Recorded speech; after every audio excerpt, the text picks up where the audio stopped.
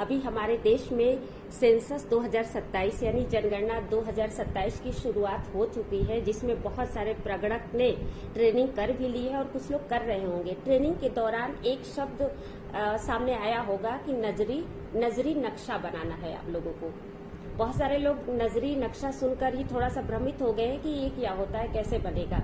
लेकिन घबराना नहीं है, बल्कि उसको समझना है। जैसा कि नाम है नजरी नक्शा, नजरी का मतलब नजर का नक्शा, यानी नजर से खुद अपनी आंखों से देखकर बनाया हुआ एक रेखा चित्र या कच्चा मानचित्र है, जिसकी मदद से हर प्रगणक अपने आवंटित ब्लॉक के अंतर्गत मकान गणना या जनगणना आसानी से कर सकेंगे। प्रत्येक प्रगणक को जो भी भूभाग जनगणना में मिलेगा, उन भाग के अंतर्गत आने वाले सभी स्थानों का एक सांकेतिक चिन्ह होगा, जिसे हम नजरी नक्शा में दर्शाएंगे। चाहे वो कच्ची सड़क हो, पक्की सड़क हो, या फिर कोई कुआं, तालाब, हैंडपंप, कोई धार्मिक स्थल हो, या फिर पगडंडी हो, मकान है कच्चे पक्के, इन सब को एक संकेत के रूप में, जिसे लैंडमार्क भी कहा जाता है, हम उसमें दर्शाएंगे, जिससे वहां का मकान गणना या जनगणना करना खुद हमारे लिए आसान हो जाएगा। तो मैं सोच रही हूँ कि आप लोगों को नजरी नक्शा बनाकर दिखाऊं, लेकिन सबसे बड़ी बात यह है कि बगैर नजरी नक्शा के अवधारणा को समझे या सांकेतिक चिन्हों को जाने बिना हम नजरी नक्शा को नहीं बना सकते हैं। ठीक उसी तरह से जैसे गणित के सूत्र के बिना हम गणित को हल नहीं कर सकते। कोई भी सवाल हल करने से पहले हमें उसके सूत्र को जानना होता है, या फिर अगर कोई ट्रांसलेशन बना रहे हैं तो हमें ट्रांसलेशन के नियम को जानना होता है, तभी हम ट्रांसलेशन कर सकते हैं। ठीक उसी तरह से नजरी नक्शा बनाने से पहले नजरी नक्शा में प्रयुक्त होने वाले सभी सांकेतिक चिन्ह हो या स्थान हो, इन सब को समझना और जानना जरूरी होता है। तो सबसे पहले हम, यानी नजरी नक्शा बनाने के पहले हम इन निशान को ठीक तरह से समझेंगे। तो नजरी नक्शा बनाने में सबसे पहला काम आता है जिसका नाम है ब्लॉक की सीमा, यानी हमें जो ब्लॉक यानी जो भूभाग हमें आवंटित हुई है, सबसे पहले हम उसकी सीमा रेखा को इंगित करेंगे। वो त्रिभुजाकार भी हो सकती है, वो आयताकार भी हो सकती है, वो वर्गाकार भी हो, किसी भी आकार में हो सकती है। तो सबसे पहले हम उस आकार को, यानी जो भी भूभाग हमें मिली है, उस आकार को हम एक सीमा रेखा के माध्यम से ऐसे खींचकर घेर लेंगे उसको एक तरह से। और वो सीमा रेखा की निशान क्या होती है? सबसे पहली निशान नजरी नक्शे के जो बनेंगे वो है ये निशान। ये क्या है?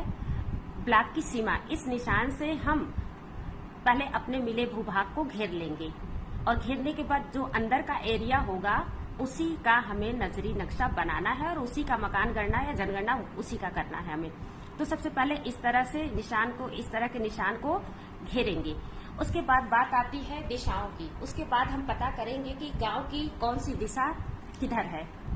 तो जब भी दिशाओं की बात आती हो तो ज्यादातर लोग जानते हैं कि दिशाएं तो 4 होती है, पूर्व, पश्चिम, उत्तर, दक्षिण। और ज्यादातर लोग यही अंदाजा लगाने लगते हैं कि पूर्व दिशा होगी तो ऊपर होगी। लेकिन नहीं, जब हम कागज में नक्शे को उतारते हैं तो कागज के ऊपरी भाग में जो दिशा होती है वो पूर्व न होकर उत्तर होती है, और उसके ठीक नीचे जो दिशा होती है उसको दक्षिण बोलते हैं। और अगर कागज के सामने हम बैठे हैं तो हमारे दाएं हाथ की तरफ ये पूर्व दिशा होती है और बाएं हाथ की तरफ पश्चिम दिशा होती है। तो इस तरह से पूर्व, पश्चिम, उत्तर, दक्षिण 4 दिशाएं ये हुई। और दिशाएं सिर्फ 4 नहीं है, बल्कि जब कागज के रूप में हम नक्शे को लिखते हैं तो दिशाएं 8 हो जाती है, यानी कि 1, 2, 3, 4 ये, और 5, 6, 7, 8। तो अब ये होती है उत्तर और पूर्व के ठीक बीचों बीच का जो दिशा होती है उसको उत्तर पूर्व बोलते हैं, और उत्तर पश्चिम के बीचों बीच जो दिशा होती है उसे उत्तर पश्चिम बोलते हैं। ठीक इसी तरह से पश्चिम और दक्षिण के तरफ के बीचों बीच जो दिशा होती है उसको दक्षिण पश्चिम बोलते हैं, और पूर्व और दक्षिण के जो बीचों बीच होती है उसको दक्षिण पूर्व बोलते हैं। और जो नजरी नक्शा बनाना है या जो शुरुआत करनी है जनगणना की, हमें शुरुआत कहाँ से करनी है? शुरुआत हमें करनी है, यानी मकान की गणना जो करेंगे हम, वो उत्तर से भी नहीं करेंगे, पूर्व, पश्चिम, दक्षिण से कहीं नहीं करेंगे। उसकी शुरुआत हम करेंगे उत्तर पश्चिम से। उत्तर पश्चिम से हम मकान की गणना की शुरुआत करेंगे और उसका अंत करेंगे लाकर दक्षिण पूर्व से। तो दक्षिण पूर्व से सीधे हम नहीं आ सकते या फिर इस तरह से एल के आकार में भी नहीं आ सकते, एम के आकार में भी नहीं आ सकते, बल्कि आना कैसे है, तो ये है सर्पाकार। हमें इस तरह से कुछ गणना करनी है। शुरू यहाँ से करेंगे, यानी उत्तर पश्चिम का ये दिशा होगा और अंत करना है, यानी दक्षिण पूर्व की ये दिशा होगी। तो कुछ सर्पाकार की तरह से कुछ ऐसे लहराते हुए आएंगे, इस तरह से आकर यहाँ अंत करेंगे। और नजरी नक्शा एक दिव्यांग व्यक्ति भी बना सकता है, यानी जो जिसके पैर में दिक्कत है, जो बोल नहीं सकता, इस तरह से कोई भी परेशानी हो वो भी बना सकता है। नजरी नक्शा को सिर्फ एक इंसान नहीं बना सकते, यानी जो देख नहीं सकता है, जो देख नहीं सकता वो कैसे, क्योंकि ये नजर का नक्शा है, नजरों से देखकर बनाया गया नक्शा है और वो देख नहीं सकता, इसलिए नजरी नक्शा नहीं तैयार कर सकता। तो इस तरह से हम सभी लोग जब देख सकते हैं तो नजरी नक्शा को बना सकते हैं। और बनाएंगे कैसे? सबसे पहले नजरी नक्शा की तमाम अवधारणाओं या निशान को समझेंगे। तो चलिए समझते हैं हम उसके निशान को। तो सबसे पहले ये सीमा खींच लिया आपने, दिशाओं का ज्ञान हो गया आपको। अब आते हैं, जब गांव होगी तो कुछ पक्के रास्ते होंगे, कच्चे रास्ते होंगे, पगडंडियां होती है। तो गांव में अगर कोई रास्ता गया है और पक्का रास्ता है तो उसको कुछ इस तरह से दिखाएंगे, यानी दो रेखाएं गई हैं बिल्कुल समानांतर होकर और कहीं रुकावट नहीं है, सीधे गई है। तो इस तरह के निशान जब हम बनाएंगे, जहां भी सड़कें हैं गांव में, इस तरह से दर्शाएंगे। एक कई भी होती है, 2-3 भी हो सकती है, मुड़ी भी हो सकती है, तो इस तरह से। और अगर रास्ता कच्चा है तो कुछ इस तरह के निशान से उसको दर्शा देंगे नजरी नक्शे में, यानी ये भी समानांतर जाएगी लेकिन बीच में कुछ खाली जगह पर बना है। और गांव में एक पगडंडी भी होती है, जिसको हम गांव की भाषा में डाढ़ भी बोलते हैं, जो बहुत पतली सी होती है। उसको एक रेखा में ऐसे दर्शाएंगे, इस तरह से दर्शा देंगे। इसमें कुछ अंतर है, इसका ख्याल रखिएगा। इसमें कुछ बना हुआ है बीच में और इसमें बीच में खाली है। तो इस तरह से ये हुई रास्ते की बात। अब आते हैं, गांव में अगर नदी गई है, गांव से होकर नदी गई है, या गांव में से होकर नहर गई है, या फिर गांव में कोई तालाब है, गांव में या किसी भी तरफ कोई तालाब है, तो नदी है तो इस तरह का निशान बना देंगे, नहर है तो कुछ इस तरह का निशान वहां दिखाएंगे, तालाब है तो इस तरह का निशान बना देंगे। और निशान बनाने के बाद लिखने की जरूरत नहीं पड़ेगी, क्योंकि ज्यादातर लोग जानते हैं कि ये निशान है तो समझ जाएंगे लोग कि ये नदी है। नहर है तो समझ जाएंगे ये निशान है तो नहर है, ये है तो तालाब होगा। उसके बाद गांव में, यानी नजरी नक्शा बनाते समय उस ब्लॉक में कोई कुआं है तो इस तरह से वहां एक निशान बना देंगे, जिस जगह पर कुआं है इस तरह का निशान बनाएंगे। अगर हैंडपंप है तो कुछ इस तरह का निशान वहां बना देंगे। हैंडपंप की संख्या एक से ज्यादा भी हो सकती है, कुआं की भी संख्या ज्यादा हो सकती है। अगर नल कुछ जगहों पर लगे हैं तो उसे इस तरह से हम दर्शा देंगे। अब आते हैं, कुछ धार्मिक स्थल पर हो सकता है, गांव है, गांव में रहने वाले कई धर्म के लोग भी हो सकते हैं, तो उनका मंदिर, मस्जिद, चर्च या गुरुद्वारा भी हो सकता है। तो चूंकि ये मंदिर हो, मस्जिद हो, चर्च हो या गुरुद्वारा हो, ये एक भवन ही होता है, लेकिन इसके कुछ थोड़े से निशान अलग होते हैं जिससे हम पहचान सकते हैं कि क्या है। जैसे मंदिर है तो आपने देखा यहाँ कुछ झंडा बना हुआ है तो हम पहचान लेंगे मंदिर है, तो इस तरह का निशान वहां पर बना देंगे। मस्जिद है तो कुछ इस तरह का निशान वहां ऊपर से पहचानेंगे कि लग रहा है यहाँ मस्जिद है। और ये क्रॉस का निशान है जो कि चर्च का होता है, तो इस तरह से अगर हम बना देंगे तो इस निशान से कोई भी पहचान सकता है कि यहाँ पर एक चर्च है और गुरुद्वारा है, तो इस तरह का निशान वहां बना देंगे।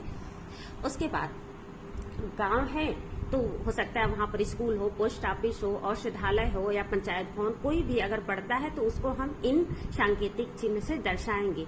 जैसे अगर गांव में कोई स्कूल पड़ रहा है किसी रास्ते पर तो उसको एक चौकोर खाना बनाकर वहां पर एस अंकित कर देंगे। एस कोई भी समझ सकता है कि, या हम खुद समझ सकते हैं कि ये स्कूल है। डाकघर है तो पोस्ट आप PO लिखेंगे, यानी पोस्ट ऑफिस। औषधालय है तो एक चौकोर खाना बनाकर वहां D लिख देंगे, यानी डिस्पेंसरी। और अगर पंचायत भवन है तो वहां पर उसको P से इंगित करेंगे। ठीक, ये सब हो गया। अब आते हैं खास बात, मकान की बात है। तो गांव में जब भी हम मकान गणना करेंगे तो हमें 4 तरह के मकान वहां मिलेंगे, जिनको हमें अपने जानकारी में दर्शाना है, नक्शे में भी दर्शाना है। तो पहला मकान होगा जैसे एक पक्का, ये पक्का मकान है तो इस तरह के चिन्ह से हम नक्शे में दर्शा देंगे। ये पक्का है, यानी चौकोर एक खाना है, वर्गाकार है, तो पक्का है और आवासीय है। अगर चौकोर है और खाली है तो ये आवासीय यानी कि मकान पक्का है और लोग इसमें रहते हैं, तो ये होता है पक्का आवासीय मकान। तो इस तरह से दर्शाएंगे। और अगर मकान पक्का है, ये भी चौकोर है, मकान पक्का है लेकिन गैर आवासीय यानी मकान तो है, पक्का भी है लेकिन इसमें लोग रहते नहीं है, तो इसको गैर आवासीय कहा जाता है और उसको इस तरह से दर्शाएंगे। इसमें निशान का अंतर है। ये रहेगा तो आवासीय यानी इसमें लोग रहते हैं, और इस तरह से निशान अगर बना देंगे तो लगेगा कि इसमें लोग रहते नहीं है लेकिन मकान पक्का है। अब आते हैं मकान कच्चा है, कुछ घर अभी कच्चे बचे होंगे, तो कच्चा मकान अगर रहेगा तो उसको इस त्रिभुज के आकार से दर्शाएंगे। तो मकान कच्चा है लेकिन खाली है, इस तरह से ये निशान नहीं बना है, इस तरह से खाली है त्रिभुज के आकार में, तो इसका मतलब है मकान कच्चा है और आवासीय है, यानी कि कच्चा मकान है लेकिन लोग उसमें रहते हैं। फिर आगे आएंगे एक मकान, ये भी है, ये भी कच्चे मकान का निशान है लेकिन इसमें चिन्ह बने, कुछ इसी तरह से चिन्ह बने हैं, यानी मकान कच्चा तो है लेकिन गैर आवासीय है। मकान कच्चा भी है और गैर आवासीय है, यानी इसमें लोग रहते नहीं है, ये सिर्फ मकान है और कच्चा है। तो कुछ इस तरह से निशान को दर्शाएंगे। अगर हम इसमें ये निशान नहीं लगाएंगे कि ये दोनों बराबर हो जाएंगे, कैसे पहचान करेंगे? तो ये और ये निशान ही इन दोनों से इनको अलग करता है। तो इस तरह से कुछ निशान बनाकर हम नजरी नक्शे को तैयार करेंगे। तो अगर आपने इन सभी सांकेतिक निशान को अच्छे से समझ लिया है या मकान नजरी नक्शा बनाने की अवधारणा को समझ लिया है, तो नजरी नक्शा हर कोई बना सकता है, इसलिए घबराने की जरूरत नहीं है। अगर इसको याद रखना है तो बल्कि इसको कहीं एक जगह उतार लिया जाए, जैसा कि मैंने उतार ली है। उसके बाद मैं अगला वीडियो आपको नजरी नक्शा बनाकर दिखाऊंगी और इनके माध्यम से ही नजरी नक्शा बनेगा। तो सबसे पहले इनको समझने की जरूरत है। तो इस तरह से हम सब नजरी नक्शा को बना सकते हैं। धन्यवाद।